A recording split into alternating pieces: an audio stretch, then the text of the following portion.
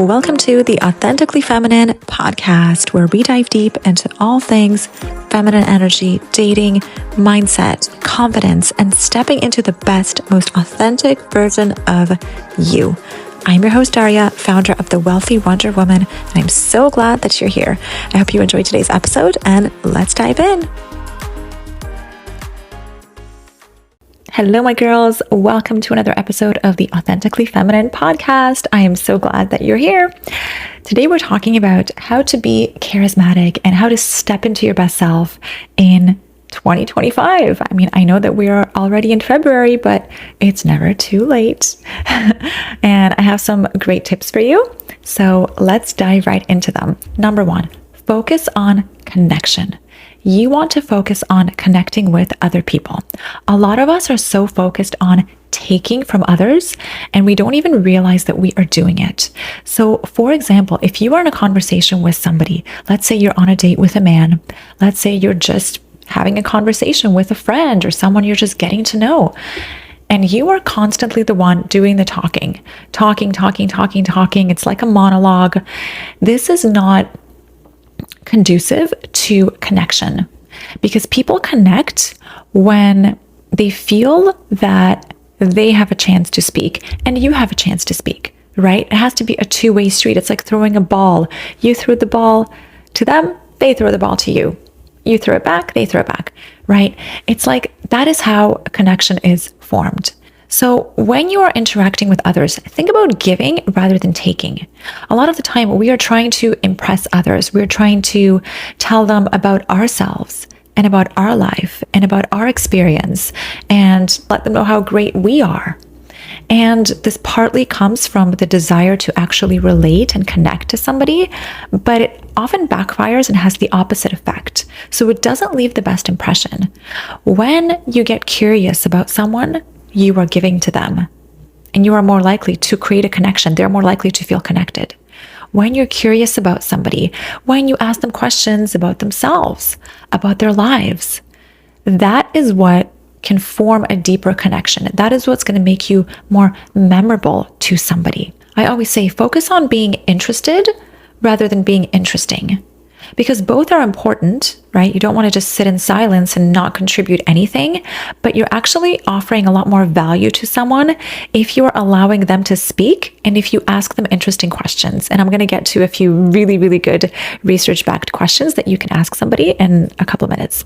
So another thing to do is it's very important to be authentic, right? And I love talking about authenticity because this is something that I came to not even that long ago, and it has literally changed my life. And I feel so passionate about being authentic, like being our authentic selves. I think it is just super important. And so you want to be authentic when you're trying to impress somebody, when you're trying to put up a front, when you're trying to be like that person or show that you have something in common just for the sake of it, just to be liked. You are doing yourself a disservice and you're doing the other person a disservice, because you are not being yourself. You can't connect with someone on false personalities. You can only connect with someone when you're really just being you. And it's so much easier to connect with others. Like, you have less anxiety, you're less worried about things. Like, you know that you were just being yourself. It's just so much easier to be yourself than to try to be someone else. You really expend so much less energy by being you. Right? So that is another way that you can focus on creating deeper connections, is by having the intention to be authentic. Being authentically you. The next thing, number 2, commit to 1 or 2 goals. Better yet, just one goal for the next couple months. Because a lot of us, the new year comes around and it's January and we have a whole list of a whole bunch of goals that we want to achieve. And it's so radical to the life that we're living right now that it's very difficult to achieve those goals, right? We all know that the gyms are packed in January, and then towards, it's like a month later, a couple months later, the gym is empty again, because people get excited, they have all these goals, and then they end up not achieving them. It's very difficult to stick to those goals. And it's much more difficult to stick to a goal when you have a lot of them, and when you have goals that are extremely like out of what you're used to, right? Like they are so far beyond what is achievable that you're much less likely to want to actually go after that goal. And when you commit to a whole bunch of changes, like when they don't work, we end up feeling like we failed. And so we get down on ourselves and we end up feeling worse. And then we end up not wanting to continue pursuing that goal. But if you have one single goal, it's much easier because you can put more time and attention into that goal. And I realize that it's very, very important to do this. It's like, and so I think that a good idea is to set one goal and don't make it something radical. Like, don't go from not going to the gym to having the expectation that you're going to go to the gym every single day, right? Don't go from never been on a dating app or never having gone out on a date with a man to setting the goal of going out every single day of the week on a date with a man, because it's going to be very difficult to achieve that, right? So instead, if your goal is to go to the gym, make the goal to move your body every single day. Maybe one day it's to go for a walk, or maybe it could be to do cardio every day. Maybe one day it's to go for a walk or a run. Maybe another day it's to go to the gym. Maybe another day, all that you have the capacity and the energy for is to do 10 jumping jacks in your living room, right? And that's okay. It is much easier to stick to that goal and to stay motivated when you allow yourself to take baby steps, when you're not making the goal this crazy big thing that you have to achieve, right? So super high expectations are going to make it more difficult to achieve the goal. If you want to start going out on dates, meeting more men, and you don't want to get burnt out by the dating apps and the dating process, then, I mean, this is what I did when I went on over 100 dates. Like, there was a point where I was dating men. I was going almost every single day of the week, but I felt like I had the energy for that. And I didn't start out doing this right away. I would sometimes go twice a week. I would sometimes go once a week. And sometimes I would go every single day, just depending on how I felt, right? But my goal was to start meeting more men, to start going out at least once a week with a man that I met on a dating app. And so that was my goal, and it was much more achievable, and I was able to stay motivated because of that. Another example of this is that I recently started a gratitude practice. I started meditating. It's either meditation, or it could be journaling, writing down things I'm grateful for, or just taking the time to literally stop and think about what I'm grateful for throughout the day. And so the goal was to implement gratitude into my life, the practice of gratitude. It wasn't to sit down and meditate every single day. It wasn't to sit down and journal and write about what I'm grateful for every day. I had sort of a variety of things that I could do. And it's much easier to continue to do this. And it's been a game changer for me, because if I decided to, okay, I'm going to start trying to feel more grateful, and I'm going to try to become a vegan, and I'm going to start trying to get out of my comfort zone and do something scary every single day. Like, it's too many goals and too many things that take a lot of energy and time to actually implement. And the fact that I decided that I'm just going to focus on gratitude, I was able to put so much more energy towards that every single day. And I did this for a few months, and now it's become such a natural thing that I do that I love it. Like, it's part of who I am now. And maybe if I had like 100 goals at the same time and 100 habits that I wanted to change, I would not have been able to do that. And so it's important to remember that all change begins with your mindset. And if you want to create a goal, then make it small enough so that you're going to stay motivated, and you're not going to be so disappointed if you fail. You're not going to be so disappointed if you didn't go to the gym today, but you did some stretches, or you went for a walk or something to provide yourself with that feedback. Let yourself know that, you know what, you did it. You did your best, and you did something rather than nothing. And that was enough.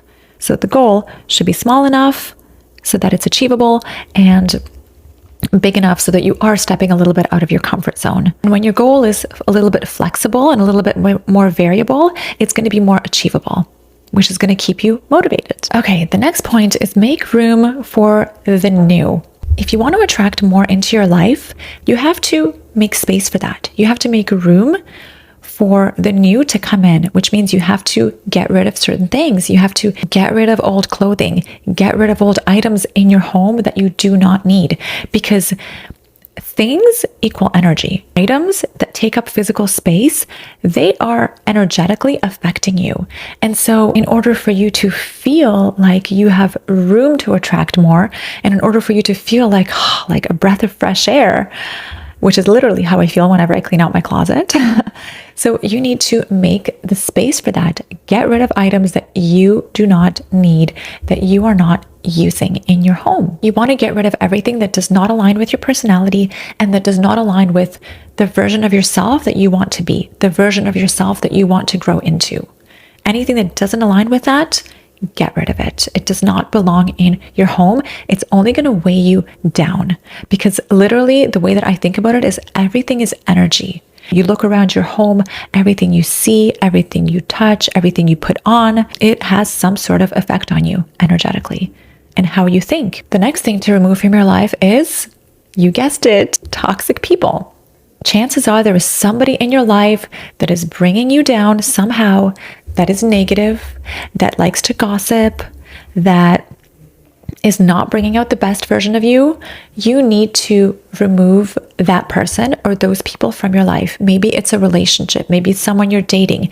Maybe it's an ex that you're still talking to. It's time to let them go, because the people you interact with affect your thoughts, how you think, and your progress in life. They're either holding you back or they are facilitating your growth. It is so important. Anybody who's not on your wavelength or higher should not be in your life. A lot of us, we bond, especially women. It's like, I don't know, we have this thing where we tend to bond over gossip. We bond over negativity. We bond over the things that are going wrong in our lives, right? Like I did this so much when my baby was born, my baby girl. I mean, she's over a year now, but when she was born, like, you're so tired and you're so exhausted and your energy is just depleted. And all you want to do is complain and sleep. And so all of my mom friends, like, we would get together and we would say, oh, I'm so tired. I'm so this, the baby's teething, the baby's not sleeping. Like, you're just bonding over everything that is wrong because it's so difficult, right? And sometimes, you know, there's periods in your life where you go through that. But if this is how if your relationship with someone is built around negativity, then that is not the right person for you. People that are close to you, their opinions affect you. And if you want to grow, if you want to move forward in your life, then it's very important for you to clean that out, to clean out all the garbage. And that includes the toxic people that are bringing you down and are not making you feel good about yourself. And so a good question to ask yourself is, do I not want to let go of certain people in my life because I have an unhealthy attachment to them, or because they genuinely add to my life? Because if somebody genuinely adds value to your life, then that's great. Keep them around. You don't need to let them go. But if you are holding on to somebody because you're afraid, then that's an unhealthy attachment. That's an unhealthy attachment. If you're holding on to a relationship or a man because you are afraid of anything, really, you're afraid of being alone, you're afraid of not finding someone else, you are afraid no one's going to love you, that is all false. False beliefs, get rid of them. And that is an unhealthy attachment. That is your sign that you are with the wrong person. And if you want to grow in your life and be expansive, be in your feminine energy, be the best version of who you are, then remember that you are the sum of the 5 people closest to you, the sum of 5. And so be very careful who you allow into your circle and who you surround yourself with. When I was a teenager, for actually a very long time, my close group of girlfriends were toxic to me, basically, because there were 4 of us who were very close, and then there were 3 of us, and we basically did everything together. We would go out places together. We would go to bars. We would go to clubs. We would go to shows. We would travel together. We did so many things together. And it took me years to realize that I was the one giving so much into this relationship into this friendship. And I did not really get a lot back from them. Like, they did not really have my back. They did not support me. A lot of the time, they wouldn't even ask me, like, what is going on in my life? How is everything in my life? And I was curious. I would ask and I would talk to them and I would give them advice, and we would connect over things, right? But I realized over time that that was an unhealthy friendship that I had with these girls. And it went on for so long that it was like a toxic relationship. It became the norm. When we are in the wrong relationship for long enough, we start to think that that's just normal. That is just how a relationship should be. And it's not true. And so there were times, and it probably sounds so silly, but I would get really upset because these girlfriends, they would never like my Facebook posts, right? They would never comment on my post and on my photos. And it seems like such a silly thing, but to me, it was a sign that they weren't really supporting me because, they were active on Facebook. They were doing things. They were posting. They were liking other people's posts. And it was just an accumulation of little things like that eventually led me to realize that it was a one-sided friendship. And it was just so heartbreaking at the end when that friendship ended, because I had this attachment. I still had this attachment. They were my friends. Like, we've known each other for so long. But I realized that, that is not what a friendship is supposed to be like. And now I would never be friends with these types of girls. I would never let those types of people into my life. And now I realize that it's a good thing that happened, that I went through that, and I had to go through that in order to realize that I deserve better. Now I realize that, wow, when I meet somebody who is a toxic person or a toxic friend, it becomes so much more clear to me that that is an unhealthy person. And maybe if I stayed in the, friends with those girls and I never came to the realization that they weren't good for me, maybe I would continue to attract even more toxic friends into my life because I wouldn't realize that that was wrong. So you have to look at how your friends are making you feel. How is a man that you're dating, how is a man in your life making you feel? Do you feel better after interacting with that person? Or do you feel worse after interacting with that person? And that is going to tell you whether someone is good for you. And so removing toxic people, we need to do this. This is part of the plan. All right? No more toxic people. Get rid of them. The next point, start visualizing your future self now. There is a best version of you, the ideal version of you that you want to become. She already exists. All right. I'm not going to get into the quantum physics and the manifestation, although I do want to talk about manifestation with you guys a little bit later because it's a game changer. It changed my life. It is incredible. I have so much to share with you. But there is the best version of you that already exists somewhere out there. All right. And in order to become her, you need to start to feel as if you are her. Feel in your body what it feels like to be her, right? Dress how she dresses. Set up your environment in a way that reflects how she lives her life. Live your life. Make decisions as that version of you, that higher version of you. And if you just sit down and visualize for 5 minutes a day, like 5 minutes in the morning and 5 minutes in the evening, you sit down and you visualize what it feels like what she's doing, a day in her life. And you literally, you imagine her walking on the cobblestones in Paris, and you literally feel those cobblestones under your shoes. It has to be so vivid that you can feel what's happening.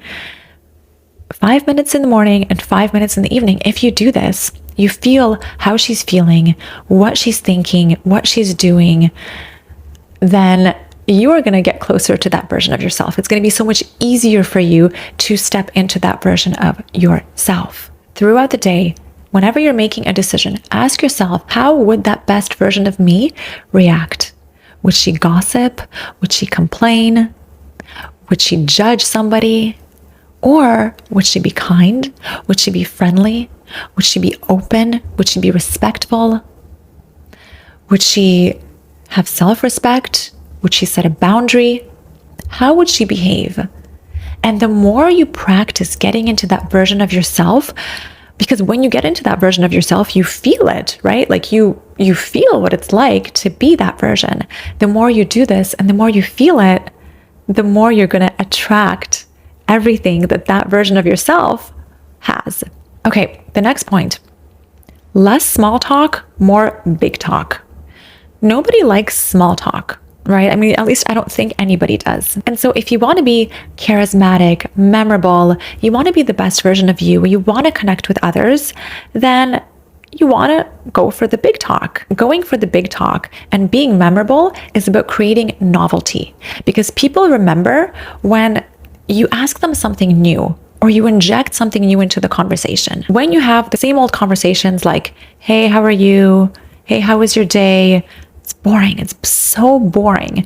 And these are the types of conversations that most of us have. And for dating apps, this is a big deal. For dating apps, you want to stand out. You want to connect with somebody. And it's very difficult to do that if you're just asking the same old questions, having the same conversations that everybody's having, right? So you want to stand out. And so there's a woman named Vanessa Van Edwards, and she runs a company called The Science of People. So she's a behavioral scientist. She studies how people interact, how they communicate, and they did research to find out what the number one question was when you meet somebody, or when you're maybe on a date, you're in a conversation with somebody. So the top 3 questions were, first, what was the highlight of your day? What was the highlight of your day, right? The second question is there a passion project you're working on, right? This gets right into the heart of what that person is interested in, right? Is there a passion project you're working on? And the third one is, you got anything exciting coming up, right? Again, everyone's got something exciting going on in their lives. And so when you ask that question, it's a great opportunity for them to talk about it. And you can put your own spin on these questions, of course, but you get the idea. They're great to use on a date, when you're meeting someone new, when you're making friends. And when it comes to dating apps, for example, like I said, it's really important to stand out. And so I'll give you guys a question that I really like for dating apps, whether you're meeting a guy on a dating app, whether it's your first date. Here's what you can say to a man. So, have you met any incredible women on the app yet? Or am I the first one? Or you can text him this, or if it's your first date, you can say, so have you gone on any incredible dates yet? Or am I your first one? Right? And if you're texting, you can send a wink emoji. And this is so great because it exudes confidence. It's flirtatious. It's playful. It's unexpected, right? Most men are not going to expect to hear something like this from you. And it positions you as someone that is special in his mind right away. This is what I teach you in Magnetically Feminine Boundaries. I teach you, I have over 100 scripts of what to say to a man, whether you want to flirt with him, whether you want to stand out on a dating app or on a first date, or whether you want to set a boundary with him, or whether you want to just tease him and be flirtatious, right? Like, this is why I created the course, is because communication and conversations are so important in terms of how you start a relationship, early stages of dating, how the relationship progresses. And it can be very helpful to learn how to speak in a feminine way and to communicate in a way that's going to create an interesting conversation and make you stand out. So if you're interested, check out the course Magnetically Feminine Boundaries, because I teach you all of this based on my experience with over 100 dates that I met online. Because the key here is you have to combine strategy with authenticity. This is my approach. Authenticity, you want to show up as your authentic self, you want to show who you are, and the authenticity, and you need some strategy. If you're meeting a man online, you need a little bit of strategy, right? You want to know how to present that best version of yourself. You want to know how to relate to a man, right? It's not just about like being yourself and kicking your feet up as if you're at home watching Netflix with some popcorn, right? Putting your feet up on the table and just chewing with your mouth open and all those things, right? We don't want to be doing that. So strategy plus authenticity. This is what I teach you in all of my courses, all of my programs, and of course, when we work together through coaching. So remember, less small talk, more big talk. Focus on asking interesting questions, having interesting conversations, trying to stand out, being a little bit unique, being a little bit creative, being outside of the box, and you're going to be so much more memorable, and you're going to be able to connect with others in a way that a lot of people don't. So that's all for today. Thank you so much for listening. Thank you so much for watching. I hope you enjoyed this episode on how to be charismatic, how to be your best self. And if you enjoyed it, do me a favor, leave me a rating, leave me a comment, subscribe to the YouTube channel, wherever you are. And I would love to hear your feedback. I would love your support. And I cannot wait to see you next time. Bye. Before you go, I just want to say thank you so much for listening to today's episode of the Authentically Feminine podcast. I hope you were inspired. I hope you received tons of value. And if you want to dive deeper and you'd like to be coached by me, you are more than welcome to reach out to me at hello@wealthywonderwoman.com, or you can go to my website, wealthywonderwoman.com. I am here to support you. And my final reminder for you is that you are incredible, you are radiant, and you are so worthy. Thank you so much, and I'll see you next time. Bye-bye.